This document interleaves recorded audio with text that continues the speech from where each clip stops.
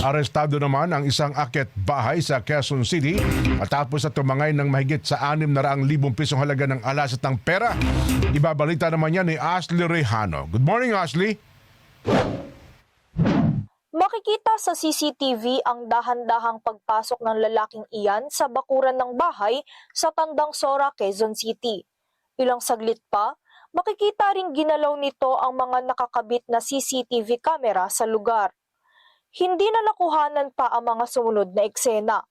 Ayon sa otoridad, nilooban ng 22 anyos na lalaki ang bahay kung saan mahigit 600,000 pisong halaga ng alahas at pera ang nalimas ng sospek. Sa pagsagawa natin ng investigasyon, nakita natin itong suspect dumaan sa likuran na bahagi ng bahay, umakyat ito sa bakod, saka pinagsisira niya itong mga CCTV sa labas at saka sa loob ng bahay. Nagkalat na gamit, bukas ang mga drawer ng cabinet, ganyan inabutan ng may-ari ang kanilang bahay pagbalik galing bakasyon. Discovery nila na sira na itong pintuan nila sa may likuran. Saka pag-check niya sa mga gamit niya doon sa master's bedroom nila, kalat na.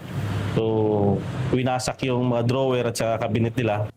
Sa follow-up operation, mabilis na aresto ang suspect at na-recover sa kanya ang mga kinulimbat na alahas pero hindi na nabawi ang buong pera.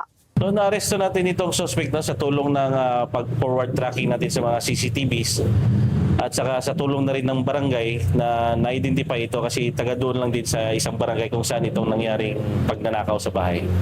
Ayon sa pulisya, dati na rin nasangkot sa iligal na droga at pagsusugal ang lalaki.